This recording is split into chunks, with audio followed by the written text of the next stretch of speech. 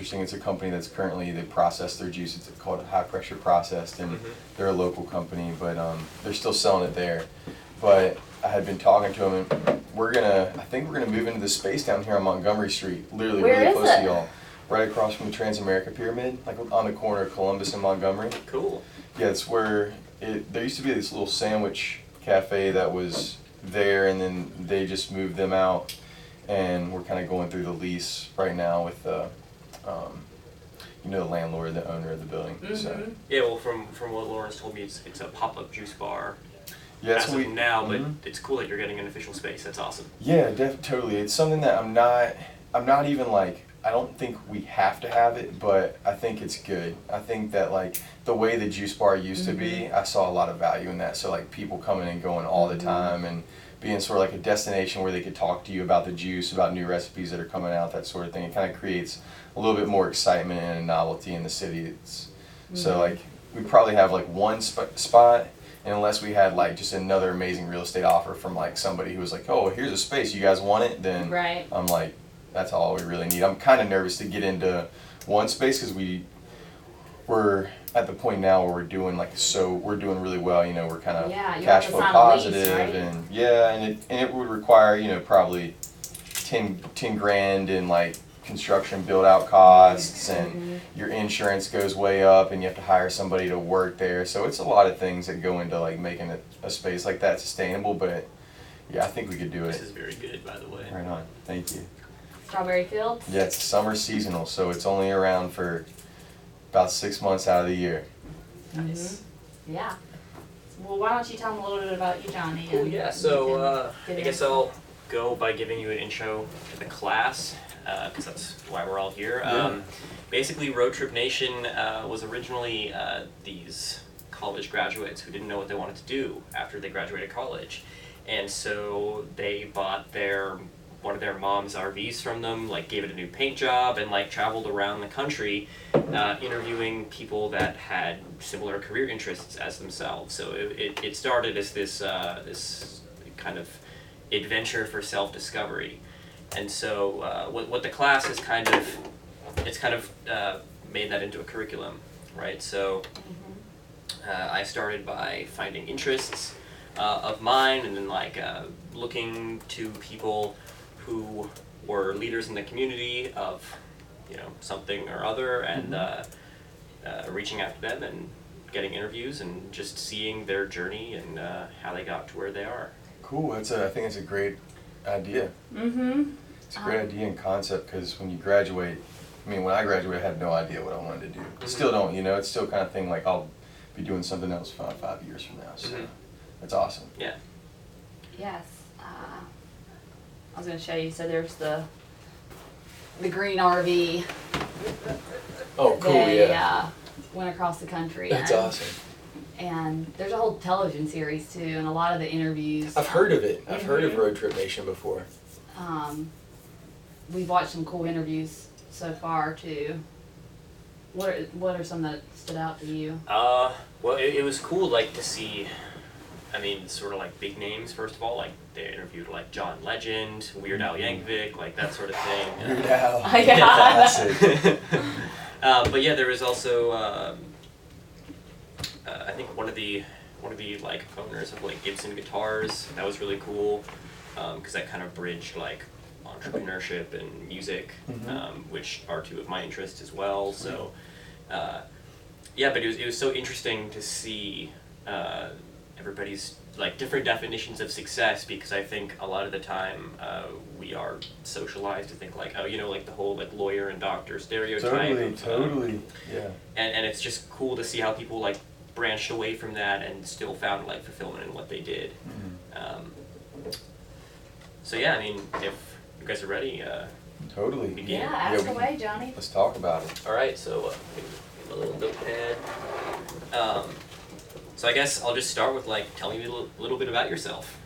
Yeah, I grew up in North Carolina, born and raised.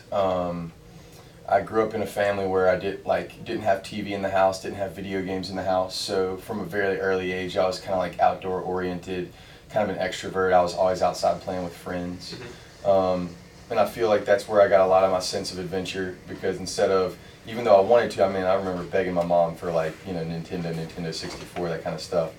But yeah, I ended up, I guess, doing things a little bit differently from like a lot of friends. How I feel like mostly all my friends were always at some point during the day playing video games and stuff like that. But me and my buddies in the neighborhood, we'd just be riding bikes and, you know, shooting hoops and getting into trouble other ways and stuff like a normal kid would, you know. Right. But yeah, so grew up in NC, went to Appalachian State where I played soccer. I was really into sports growing up, and like competition. I have a very competitive spirit, so that's also like suits me very well for having a business, because I feel like I'm very yeah, like I don't like to give up. I don't like to lose, and I feel like that's important. And it gave me a sense of like hard work. So like practicing and constantly working at something to get better over a course of a long period of time. But yeah, so I also very into music. Yeah. That's like, I'd say, my biggest passion. What I hope to do is sort of like the end goal. Do you play an instrument? I actually in a band. Started playing. I moved into a house with two of my friends that I'm currently in a band with, and sharing a bedroom with a friend that's like, I'm like paying more for this apartment room to live with this guy, but like it's all sort of for the sake of music and us being able to like be together to play as much as we want to, and still having our busy lives outside of the house. So that's sort of where I'm at now. Happy Moose Juice has been like a little over 3-year venture for me. It's been awesome because I love it for so many reasons. And like you said, it's sort of been a thing where has not been like a financially speaking, it's sort of, my life has felt somewhat volatile because everything's, you know, hung in the elements of my success of Happy Moose Juice, sort of my stability in San Francisco, financial stability, sort of security and everything like that. But I feel like I've been in the city long enough for about 5 years now to where I've like figured out how to live. The company pays like some of my base expenses because I don't pay myself very much. I get free health insurance, things like that. So I've like found a very creative way to get by on not a lot, and it's great because I'm working quite a bit. I don't do too much socially outside of music with my friends and kicking it with my significant other. So that's sort of like, you know, back I'd say 5 years ago when I was really interested in like going out to bars and partying, and I still kind of had like that college bone in me.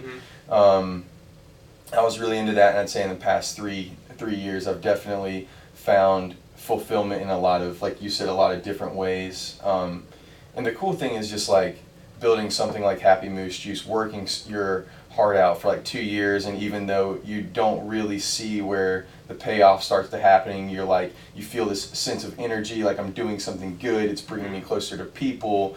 And in a way it definitely has created for me like this, being an entrepreneur and being able to share that with people. It's like a, you know, it's a consumer packaged good, so it's something I can share with people easily, something most people understand the concept of, so it's something that people relate with well, and that's been really important for me in just like building my relationships. I feel like my life has turned to a lot more, my focus is a lot more relationship driven in everything that I do now. And so it's like, while I know like, man, if I have a family one day, I may need to worry about my paycheck more, but it's kind of gotten to the point where with the company that I feel like those things are starting to happen. It's starting to become a more sustainable job, not only for me, but for the people that I work with that are working for me. And so that's exciting because like once you figure out the profitability, the sustainability, break even and all those things, it makes things a whole lot easier. So I feel like the first 2.5 years of time we're figuring that kind of thing out, and sort of like, I'd say it's cool because like when the lows are really low and the work is really hard and you're experiencing loads of stress, even though you sometimes are doing that by yourself, it makes the positives so much more rewarding and positive. So that's something that I learned really early on, like, man, all of this hard work sometimes can be really emotional and depleting, but at the same time, once you like feel success, or once you feel like see how it impacts someone else's life either on a daily level or on like a personal level, then you're like, man, this is like real, and that's a tangible sort of, you know, byproduct from what we're doing, and that's like what's kept me going in the hard times, even though if I didn't really know for sure that we were going to make it. So, speaking of the company, you founded it in San Francisco, but how did you get out to the Bay Area? What drew you to this part of the country? Yeah, man. First, I was living in New York, so like I said, I grew up in a small town, North Carolina. Really early on, I was like, man, I'm really into. I want some more culture. I want some more, you know, art, like everything that a big city has to offer. So I moved to New York. Had a typical sales role in a corporate company called Newell Rubbermaid. They're like a consumer brands company, and I was in the tool and hardware division of that company. But I was offered a promotion out to San Francisco after about a year in the role in New York, and so that's what brought me out here. And I was here, did that for about a year before I was like, man, this is really corporate. I'm not super fired up about what I'm doing. I think I could be doing something that would be a little more like fulfilling and hit me deeper to my core. Cool. Yeah, so, I mean, just out of curiosity, why the name Happy News Juice?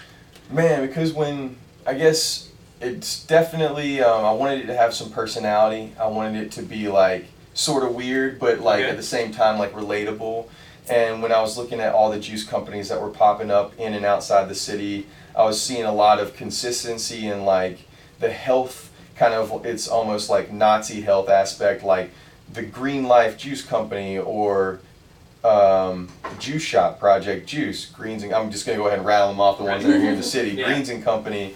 And so it was a lot of these like kind of, it seemed almost exclusive in how like you either needed to think healthily or be of a certain like social status, because the juice is really expensive. But I was like, man, what if we just made something that was fun? And I always thought of, I love Ben and Jerry's and what they do with their names and how it created more of an experience when I was shopping. I was like, I love the name and I love to like read the ingredients and the branding and all that stuff really you know, hit home to me. So that was sort of the concept we were trying to do, something that was a little more smile provoking, a little more personal, that someone might be a little more excited to read through your menu or like understand the names and that kind of thing. So going sort of with that, like I looked at the website a little bit because I wanted to get some like background information on like the juices specifically, and there is an emphasis on personal health. So how did you balance the fun with the actual benefits? Yeah, I'd say it was really easy for me because I was living it. You know, I had this stuff all the time. And I mean, to be honest, like I live like probably a normal 30-year-old dude and living in San Francisco. Like my diet outside of juice isn't incredibly healthy. I eat lots of burritos and sandwiches.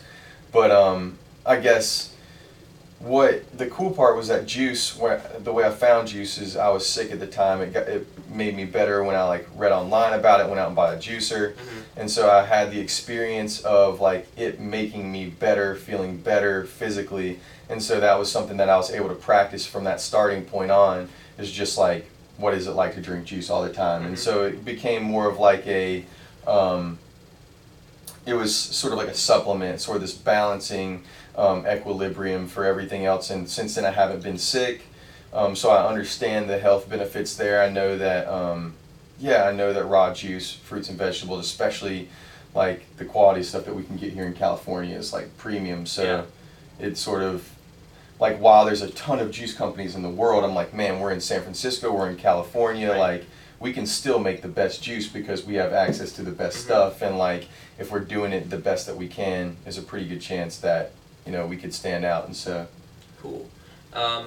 Yeah, so when you started the company, it's kind of like a two-part question because I'm also interested in business. Like, how did you start the company, and what were the roadblocks or difficulties in getting off the ground? Totally. I'd say the biggest thing is capital. You definitely need that. We're bootstrapped, and I raised, we had our initial investment from my cousin, so it was really nice that like, you know, we didn't have to go out and have this entire fundraise on a business that we had not even started yet, because that's probably really tough to ask for money, especially in the food and beverage industry, where it's really competitive. So having a family member front that cash, but I'd say like definitely raising money, making sure you're comfortable and capitalized correctly to start off was a big challenge that I didn't really understand when I started. But I'd say like just having a partner was the biggest thing, a day-to-day operator, Phoebe, that you can share your experiences with, that you can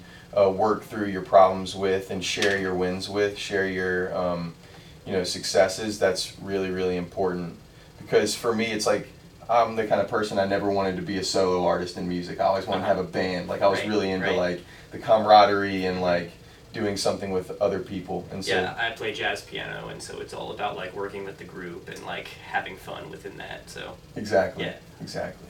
Does that answer the question? Yeah, it does. And so there's been like, there's been like sort of like a juice movement, I would say, in the Bay Area. So how do you stay ahead in an increasingly competitive market? It's a great question. And it's funny, instead of like, I think we're doing things like Moon Milk where we're trying to be innovative. But again, like our resources are so limited. We're a team of like 8 or 10 people. We don't have a lot of resources where we can do a ton of R&D.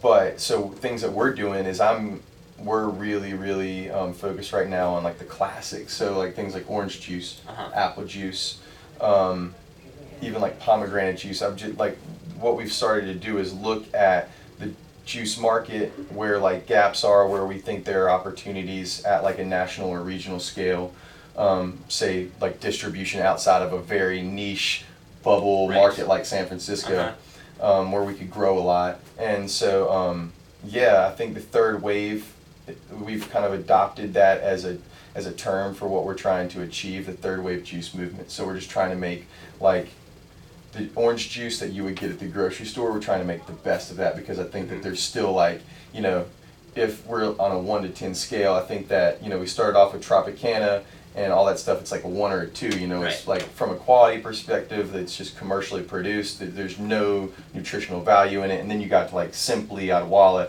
I still think we're at like a 5. And so I think we got like 5 points of difference to be that kind of, that be our identity, and make really amazing like juices that people are familiar with. And I think in creating that, you're creating an approachable product that people understand, that they can try, and they can be like, wow, I know orange juice, but now I'm learning it in a different way. This is like so delicious compared to everything I know. I think once you get there, then it's really easy to introduce them to other things like crazy green juice and things like that. So looking forward, what are the plans for the future, like in terms of expansion, and can the juice market survive outside of the niche of the Bay Area? Totally, and we're getting to the point to where we're starting to think about different ways to do things. I mean, we're currently producing everything at a local level. Our distribution's all in the San Francisco Bay Area, so we make everything here. It's completely raw. We bottle it ourselves. We do everything ourselves, A to Z, from like the point where we get the produce from either the farmer or the supplier, and then to where we take it to the customer. So I think our expansion opportunities are definitely in things like co-packing, where we have other people making the juice for us. We're definitely going to have to go some additional steps of processing it, like HPP I was telling you about a little bit about earlier. And that will allow us extended shelf life, and just really opens up doors into other sales outlets and markets. So right now, for instance, I'm talking with a really big, a national coffee chain about being their juice provider for all of their stores. So like making Happy Moose juice, say it's not Starbucks, but for example, if it were Starbucks, then we'd be the evolution of Starbucks. But doing that for another coffee company. So we're focused on some really strategic partnerships that we're trying to cultivate a little bit more, that I think can allow us to explore this like a larger scale opportunity. And that's really cool, because then once we have somebody making juice on bigger equipment, and they're buying produce in bigger quantities, and then they're bottling it more efficiently because they have better machinery and equipment, then we can get our cost of juice down. And then we're talking about like making a retail, instead of a Happy Moose juice being $8, maybe it's $5. Okay. So like making it more available to a bigger mass market. That's kind of the things that we're working on doing. And then also like we're trying to set up deals with companies like Google to be their juice provider. Right. And so those things where we probably couldn't make all the juice ourselves with our current team.